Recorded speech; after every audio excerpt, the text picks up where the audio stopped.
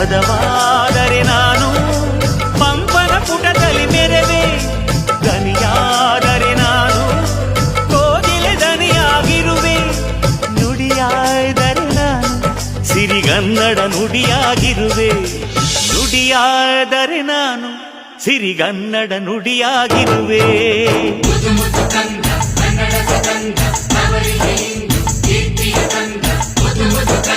Kannada